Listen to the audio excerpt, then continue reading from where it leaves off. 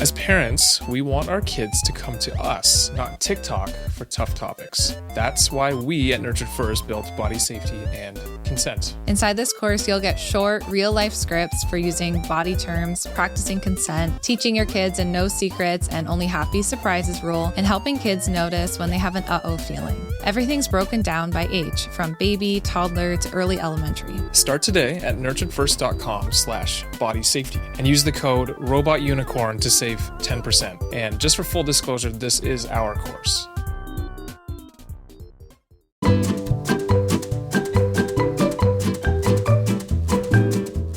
Welcome to Robot Unicorn, hosted by my parents, Jess and Scott. I hope you enjoyed the episode.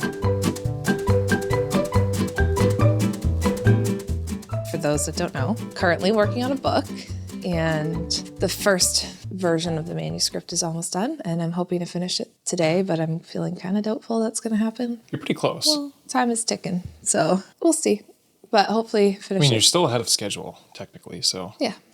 But I feel like I have it in me. I'm like, I really just want to have it done. Yeah. By the time this episode is released, hopefully it'll be off, and yeah, you'll have other things on your mind and you won't be worrying about that for a while. Yeah, exactly. That's what I'm hoping. But I'm very excited about the book. Mm-hmm. I think you are too. To be fair, I have not read it yet. You have not let me read it at this point. Well, you can. You can start now. Really? Yeah. Oh, yeah. Okay. The first half is done, at least.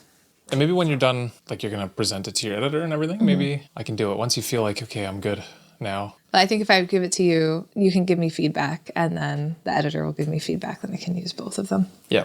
Because I know you'll have helpful pieces of advice for it. I think we can print it off so I can write my notes on it. Yeah, that's what I want to do. That might be good. Mm-hmm. Anyways, okay. I'm sure people don't care about this as much as we do. Yeah, I know. Well, it's good to just remind everyone that there is a book coming, but it's such a long process of writing it. Mm-hmm. So from the release of this episode, it'll probably be... Yeah, it'll be about a year after this episode's released. Is it official, though, or not yet? Unofficially official. Yeah, okay. Yeah. So we don't know. Unless I give the manuscript and they're like, start over. So, in other words, we have no idea. In other words, we don't know. So that's very helpful exciting for you. Yeah.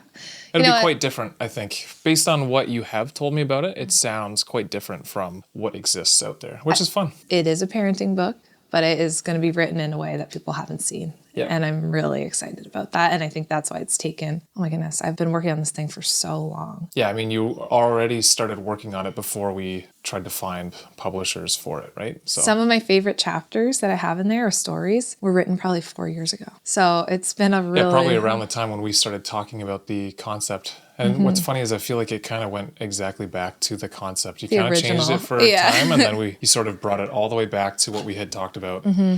Remember when we were camping, going on that long walk while the kids were playing. Yeah, but it's exactly that, but even so much better. Anyway, I'm excited about it. Yeah. And honestly, it talks a lot, segue, about what we're going to talk about today. Does it? Yeah. Oh, okay. I guess that makes sense. Mm-hmm. Well, my question for you today, reality is this was your question that you wanted to talk about. And you asked that I didn't prepare too much for our conversation so we can have a better conversation. So today is more about opinion rather than factual, evidence-based, like whatever you say is factual and evidence-based, but it's more opinion from me. So it's more of like a thought piece. Yeah. I wanted people to listen to this episode and think about it, and then have some time to think about it in your own life and see what your thoughts are, right? I want to get people's opinions on this. I just think it's a really important conversation to have. So the question is, do you think we've swung too far in parenting in either direction? So either too far into the permissive, letting our kids do whatever they want. They know it's right for them, so just let them do their thing. Or have we swung in the opposite direction and are going towards the much more harsh, let's say, traditional older school style of parenting? So yeah, what are your thoughts on that? Do you think we've swung too far in either direction? I think that there is a trend. And we've talked about this on the podcast so many times about the black and whites. People love to think in a black and white kind of mindset, and it's really hard to think about the gray area. And I think that that is something that I am seeing a lot of in parenting, where it's either like, okay, we're trying this approach and it's punishment-free, let's say, but it is teetering on the side of permissive parenting. And then when that doesn't work, it's like, well, I tried that and it doesn't work. Then we swing back to, so then we have to go back to full-out punishments. So I think I am seeing that those extremes on both sides. Can I ask, where are you actually seeing that though? Let me give you 2 areas. Yep. First, I would say even online, I used to do posts about boundaries, let's say when we started out, and people would be like, yeah, okay, this is great. Thank you. You've given me a script on like how to set a boundary with my child when they're hitting. And like people were really excited to get a script for a boundary. Now, like there's been times where I've shared a post like things we're strict about in our home or boundaries that I've set today. And the pushback I get on those posts is so much more than I've ever had. Pushback in terms of like, you're too strict. Too strict? Yeah. Oh, like okay. I hear from people online. So one of our boundaries at home is that we like to eat at the dinner table. And we don't allow our kids to eat in their rooms or even in our like living room unless it's like a family movie night. And that's a special time. And so I've said that before. Like we have a pretty strict boundary that food is in the kitchen or at the dining table. And the pushback that I get from saying something like that from parents. Really? Yeah. Or I've said, sometimes I will go to get a coffee and I will say to the kids, no, you're not getting a hot chocolate today. It's just a coffee for the parents. And the pushback that I'll get on saying something like that, well, like, that's not fair to your kids. You know, how dare you go through a drive-thru and not get them something? I remember that one so clear, like the pushback I got from that. And so that's where I'd say I'm seeing it a lot online in ways I did not used to when this was kind of new information that I was sharing to people. Then it was like, oh, thank you for giving me something to say instead of trying to bribe them or threaten them or tell them to just be quiet when they're asking me for things and I don't want to give it to them. So, and then along those lines, I see that in my practice a little bit too, where parents will come in very afraid of like even their child's meltdowns, right? Like, hey, Jess, okay, but if I have to hold that boundary, it means they're going to cry. Like, I don't want my kid to cry. So what can I do so that they don't cry? And that for me, in my perspective as a therapist and our entire approach is the tears are okay. This is not about avoiding the tears. But I think a lot of parents are really afraid to let their kids get there. And so I think that's where we've swung and it becomes permissive because we feel like our job is to keep our kids happy all the time when that's not actually our responsibility as parents. Yeah. But then when that doesn't work, because it doesn't, because you can't walk on eggshells around your kids all the time. And eventually as a parent, when you try and take that approach and walk on eggshells, eventually you explode and lose your cool and then you end up threatening them or yelling at them anyway. That's the pattern I see. Then people are like, well, this doesn't work. And so I'm seeing that also as well, where there's been a whole bunch of very big news sites who have written these articles on like gentle parenting gone wrong or what, like that's the approach that they call it. And it's actually permissive parenting. And then there's a resurgence of people being like, see, we have to get back to that old school punishments because kids are too soft and da da da. So I see both sides. And I'm curious your opinion on that. Yeah, I wonder for you if the reason you think the pendulum swings to such extremes is because it's on social media. Mm-hmm. Social media is filled with extremes, and it's full disclosure. I did look into some research, mostly on the idea of binary thinking and thinking everything is black and white, good or bad, and not seeing nuance. And social media is optimized to show us that because that's what gets the most engagement. Mm-hmm. So for you, I mean, you try to post with more nuance than most people would. Mm-hmm. But I feel like because our platform now is, let's say, reaching almost 3 million on Instagram, there's a bit of confirmation bias just because there's more people following you now. And it's not just like the most niche little group that's following you anymore. It's a pretty wide audience that couldn't include anyone, right? So I think part of it, maybe you seeing the extremes is because social media kind of, it feeds off of extremes a bit. So then people will reach out and they'll feel like they can say these things to you, like, how dare you? Because whatever, you have a big account, so you have no feelings. Yeah, of course, immediately. But also then people coming into your practice likely are probably also hearing about you on social media too. So then you're kind of getting all of the same type of people coming to see you and talk to you.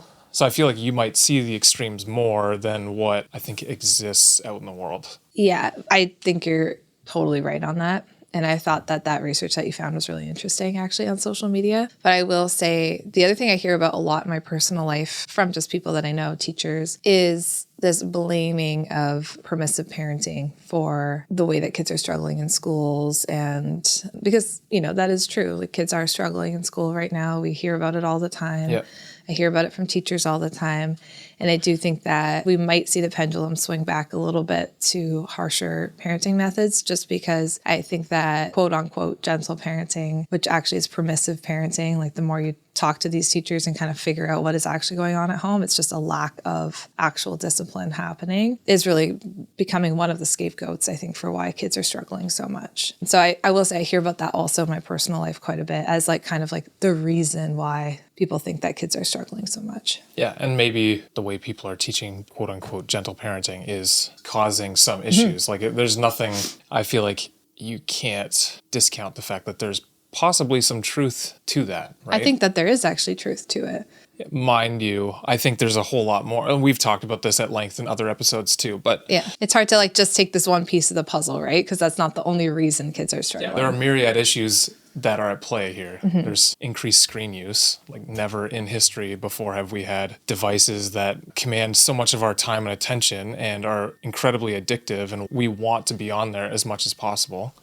And you can't expect children to know how to handle that on their own. Of course, it's going to affect them with that too. And I mean, you've talked about before also kids are getting less and less playtime in school and have to do more and more academic work, when the reality is at their age, they should probably be doing the opposite of that. Yeah. So I feel like, there's many more issues. And you know what, I think the underlying kind of issue with all of these things is like we're seeing childhood as something to be fixed, right? So what do you mean? Like I think even, let's say with permissive parenting, let's just take that because that's what we're talking about right now. I think what often happens is parents are like, I don't want my child to be unhappy. Like I don't want to have to deal with these unhappy feelings, and I actually want them to be happy all the time because I grew up with harsh parenting or whatever, right? Can we stop using the labels like gentle parenting, permissive parenting, harsh parenting, whatever, all that? Just because I think if I were listening to this, I would sort of check out as soon as I hear these terms.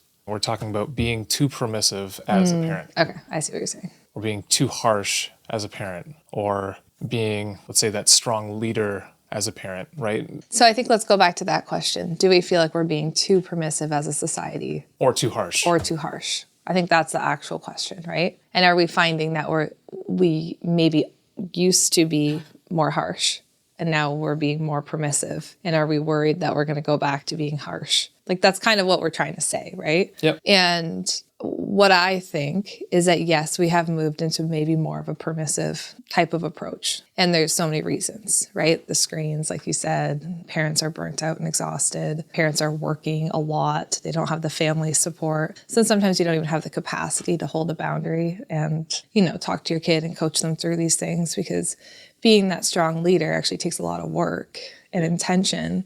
And sometimes that's really hard. And then I think the screens too, like the screens can really distract kids. They can go on there when they're feeling sad. I had a child recently tell me that they love being online and playing Roblox because they don't have to feel worried or tired or sad or angry when they're doing that, right? So they literally have the awareness to say pretty much that they can feel numb when they do that. So there's just so many factors going on. And I think one of the ones, and this is what I was getting at before, is that parents really want to keep their kids happy. And sometimes that means we're kind of walking on eggshells around them. And we've done episodes on how I struggle with that too. And I think that can turn into being more permissive sometimes, because then our kids can stay happy. And I think that that's a struggle, especially when you were raised with really harsh parents. Yeah, there is actually research that I found on that, where especially, let's say, Gen Xers who were raised in much more hostile or harsh environments, they are reacting to that by doing the exact opposite. Yeah,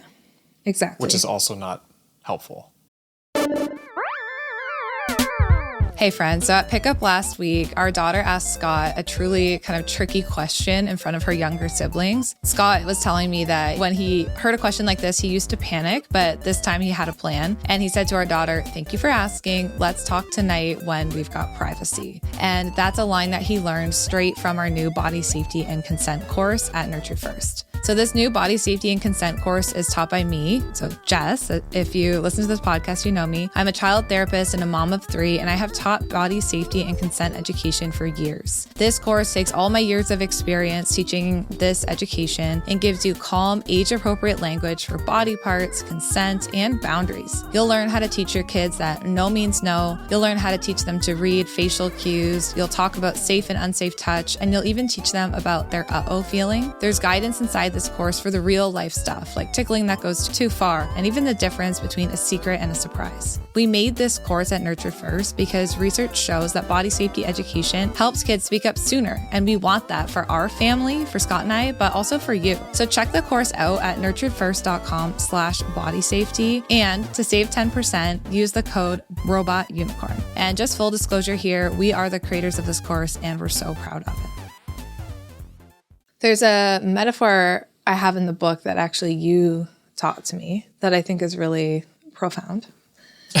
And it's this idea that, you know, when you're learning to drive, like you want to keep your eyes focused on where you want to go. But if you focus your eyes on like the things that you don't want to drive into, like you'll end up kind of driving into those things. And I think that that is often what happens in parenting, right? Like we focus so hard on what we don't want to do that we end up doing that same thing, but just in a different way. Yeah. And I have this example as well that I've been really thinking about, which is, let's say with the screens, right? So let's say you grew up and your parents always said, don't cry, don't cry, don't cry, you know, be a big boy, toughen up, that kind of thing. And so you learned not to cry, not to be too emotional. And then you have your own child and you're like, I'm not going to do that with them. And so you don't punish them and you aren't cruel to them in that way. But when they're really sad, you don't really know what else to do. And you want them to become happy again. So you say, here, you know, take the tablet, play a game. And you know that it's going to cheer them up. Yeah. But over time, because every time they've become sad, now you're offering them the tablet, you're actually giving them the same message that you got, which is, I can't handle your tears, you know, and distract yourself, do something else so that you don't feel so sad. So it's a different way of conveying the message, but then the message ends up being the same. And I think that's a lot of what we're seeing when we can't hold those boundaries and show up as that strong and effective leader. And it comes out maybe in a more permissive way than a more harsh way, but the impact can actually be really similar. Yep. I think that makes sense. I've been thinking about that a lot because I see that, like, I see obviously the impact of the harsh parenting is talked about a lot, but the impact of when we are really permissive all the time and we don't feel comfortable allowing our child to have emotions, there is an impact to that as well. And I think even though the intention is keeping your child happy all the time, I think these are very good parents who have incredible intentions for their children, but we do have to be able to be that strong leader who allows tears and can set boundaries and have the rules in the home. Well, do you think parents believe that if they let their child have tears, that they're essentially being mean to them for allowing that, or being cruel, and therefore only if you are cruel, your child will cry? And you know that, hey, you know you're going through the drive-thru and you're getting a coffee for yourself. You could very easily. You can afford to get them hot chocolate. It's not like you can't. So why would you bother making them upset about and not get it for them? I mean, obviously there's a point of that can be true, right? And sometimes you want to give your child a special treat and that's fine. And that's what you're saying. Like, it's not black and white, like, hey, you have to hold the same boundary every single time, no matter what, right? But I think that it's easy for parents to have this story that plays through their mind, which is, if I could make my child happy in this moment, why would I take that opportunity away from them and allow them to be disappointed or sad or angry at me when I can just kind of go above and beyond and make sure that they're happy? Yeah. And I think it makes sense when you think about it. But then when you think deeper, and this is what I talk to parents about a lot actually, is, but if you never give your child a chance to feel disappointed or to feel sad or to feel like kind of the hardships that do come up in day-to-day life circumstances, then you don't give them the experience of understanding how to cope with that feeling with you there, who can coach them and support them through it. Yeah. And I do think that becomes an issue, especially when kids get into school age and above, and then they no longer have the tools needed to cope with disappointment or futility or like any difficult situations in life. And that is a problem. Yeah, you're not really setting them up to be resilient to real life. Yeah. And I get you want to protect your child from the biggest issues in the world, but they're going to face more and more as they get older. And as adults, we realize this. So I feel like there's definitely a way to balance being like, of course, you're not going to be cruel and purposefully make your child cry for no reason. Yeah. But if there's a good reason, like, okay, we have to be done watching TV now. You watched your show, you know that's the plan, and then after that we have dinner, and just letting them watch, this is the way I think about it, just letting them watch their show again is not really teaching them, hey, as a family, like, it's not only about you either, it's about everyone in our family unit, we're all ready to have dinner now. We have to turn this off so that you can join us and we can all start dinner together. I think that's a really important lesson too, when you can hold those boundaries, is helping your child understand it's not just all about them. Yeah. Right? Like when a whole family walks on eggshells around one child or multiple children, you're really also giving the lesson that like the world revolves around you and your emotions run the home. And I feel like that is a lot of responsibility for a child. You know, it seems like they want that responsibility because their emotions are so big. Yeah. But at the same time, it's a lot of responsibility for a child to be like, my emotions are what control what happens in this home, right? That's not really something that we want to give to our children either. I think a lot about this, like when the tendency was maybe towards being more harsh, the kind of thought process is the kids need to learn a lesson, right? Like I feel like many of us grew up with that. Oh, that kid just needs to learn a lesson, you know? But the lessons that being harsh would teach were not really ones that we want to teach our kids, right? Which is like, fear me so you behave kind of thing. But the idea that in everyday life, there is hard things that pop up for a child, even if it's as small as like, you know, I can't have what I want for dinner.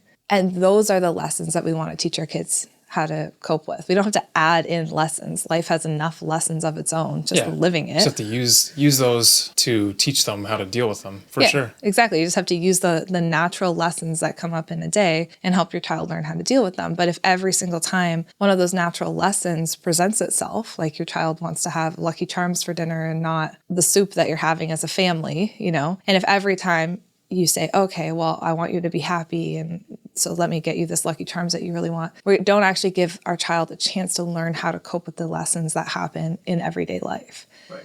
And then they get older and they get into everyday life and they don't have you there to switch things around every time that they are upset with something, and they don't know how to function, and it's really difficult. Yeah. And I do think that that is something that we're seeing, and I hear a lot from teachers right now. I don't think that's an intentional thing that parents are doing. I think maybe it is an overcorrection. Maybe it is a distraction. Maybe it is parents are too burnt out to like hold those boundaries. Like whatever it is, there's lots of reasons. I mean, to be honest, I can see the burnt out thing because especially with everything that's going on in the world right now, people are stressed.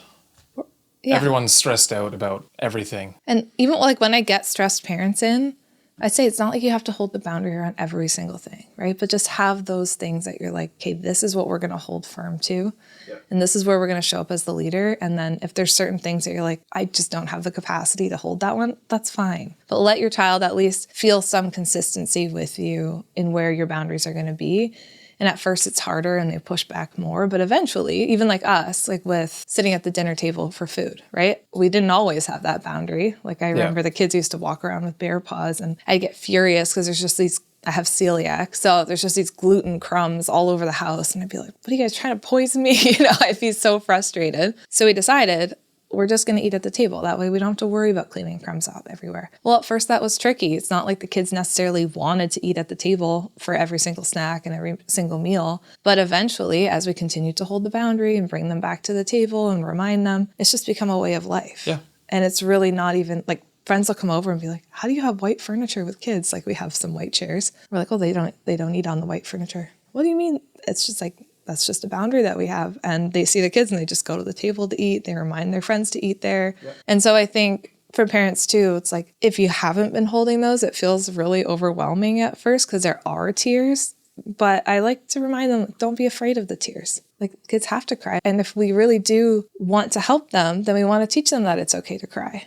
And we don't want to distract them or keep them happy all the time, every time that they're sad, because they have to learn how to be sad. Yeah. That is a lesson of life. And that's where it differs from that kind of harsh way of dealing with kids where we say, like, don't cry, stop crying, like, you shouldn't be sad about this. And then the more passive way, which is like, oh, you're sad? Okay, here, like, let me give you what you want. It's the balance and like coming in and being that strong, confident leader that says, this is tough for you. I hear that. You don't want this, and this is what it is. It's okay to be sad about that, though. It's tough when things aren't what you want. And then your child learns how to deal with tough things in life.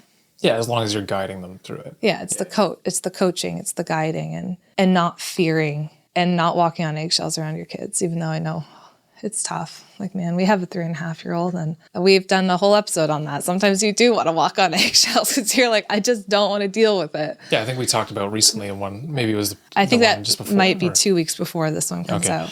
But you should definitely listen to that because that was a bit of an emotional episode for me and just... was that one? Yeah. Okay. Yeah, it's, I think... sometimes you have to. with certain people, right? Like we can get grumpy as well. And then I feel like people walk on eggshells with either one of us. And same with like in that situation, I think our 3.5-year-old was sick. So she was extra temperamental. So then we just had to be a little bit more generous with her. But then you kind of get right back into things. So again, I think what is hard to convey on social media, and I think the way you see things on social media is probably pretty polarizing in terms of parenting. I'm sure you see people on either extreme.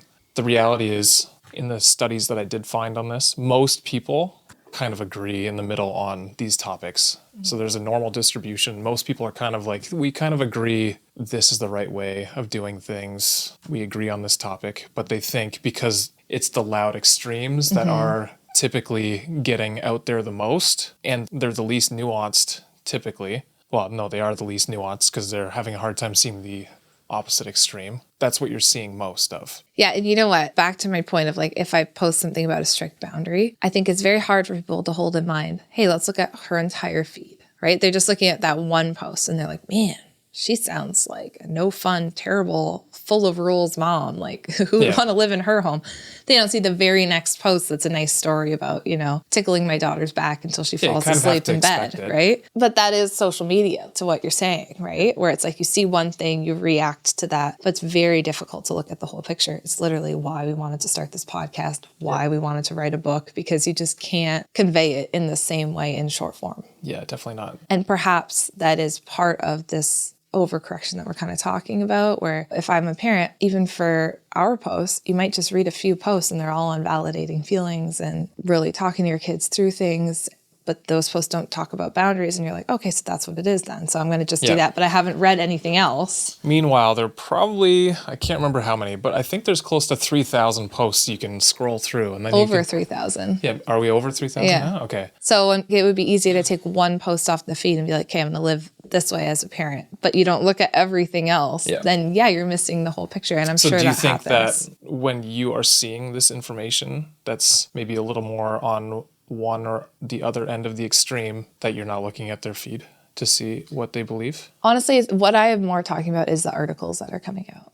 Like news articles? News articles. Oh, okay. Yeah. That's more so. Like, I don't really look at other people's content, to be honest. So it's more that I'm getting sent articles from like different various large news sources being like, Jess, they are saying this and they're saying everyone's permissive and they're blaming it on this and they're saying we need more punishments, but they don't know anything about the actual like effective style of parenting. That's the kind of thing I'm talking about. But I think this is a good conversation in terms of just centering yourself again and being like, there is so much nuance there, and really what it is about being that strong, confident leader that can show up for your kids, right? And to know that sometimes that looks like before you leave the house and you're going to go through a drive-through and you're going to get a coffee and you say to your kids, hey, today I'm just getting a coffee for me. It's not always about everybody getting their fancy drink every single time. Like, I'm just getting myself a coffee and then we're on our way for groceries, right? And then sometimes it might say like, hey guys, let's have a special treat this morning. Let's stop, let's go in, let's have a little snack and let's sit together, and that would be so fun. Sometimes it's about your child is in the grocery store parking lot and they're screaming and crying and they don't want to go in. And you're like, you know what? It's unrealistic for me to think that this is going to go well because you just had a whole day at daycare and you're 18 months old and I'm expecting you to go to a grocery store at the busiest time of day. We're going to go home. We're going to order groceries online. And sometimes it's about, I have to go in and get milk. Like, it just is what it is. Yeah. Let's go in. I know you don't like it. That's the nuance that I think is really hard to talk about. It's not about flip-flopping all the time. It's about reading the situation and like having those conversations with your child as well.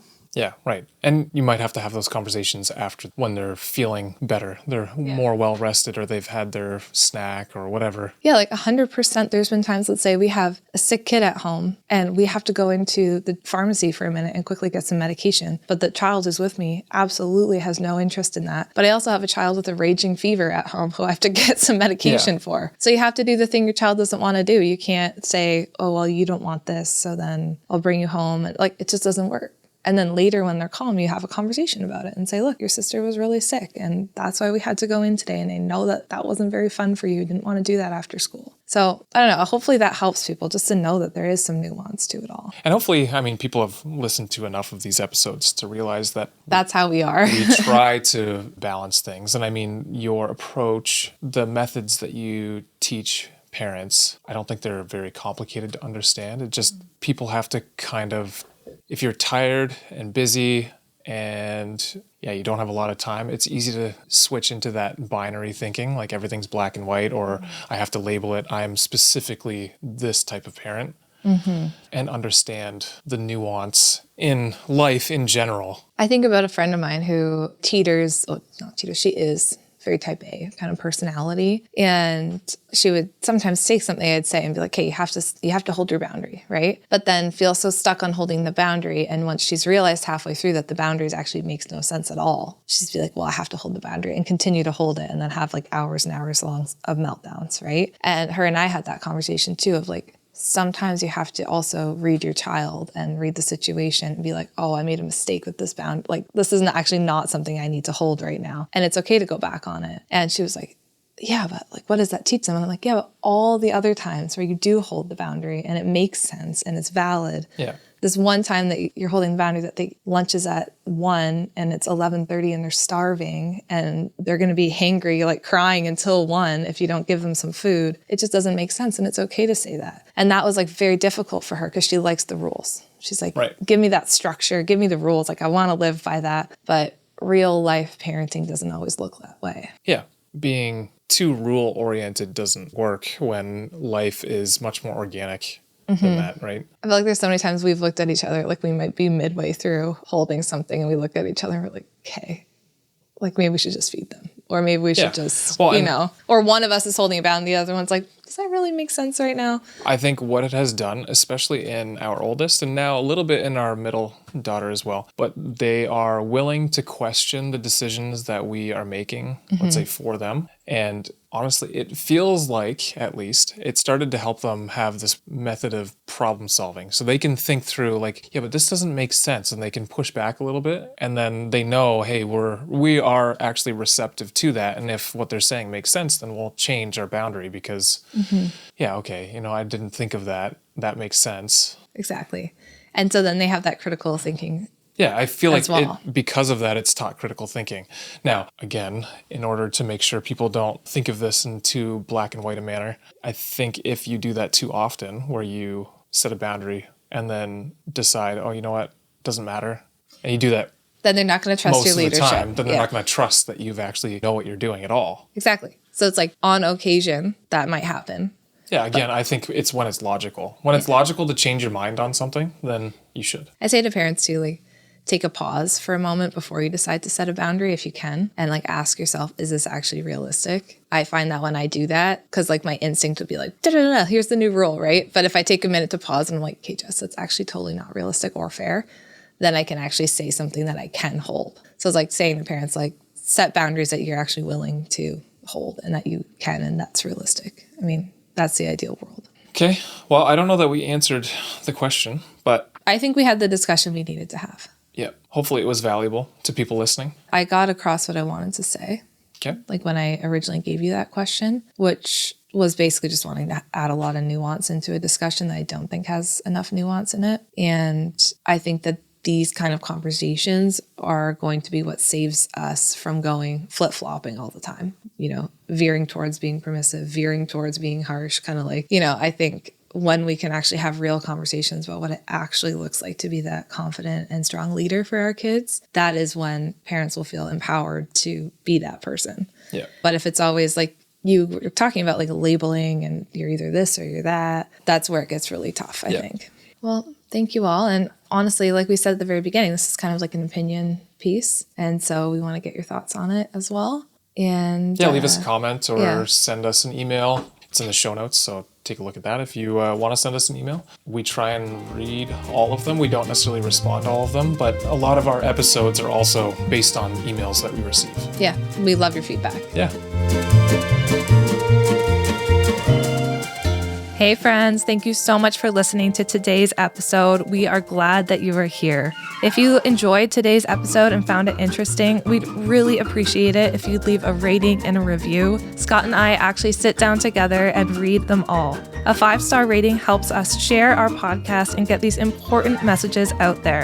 Thank you so much for listening, and we can't wait to talk to you again next time.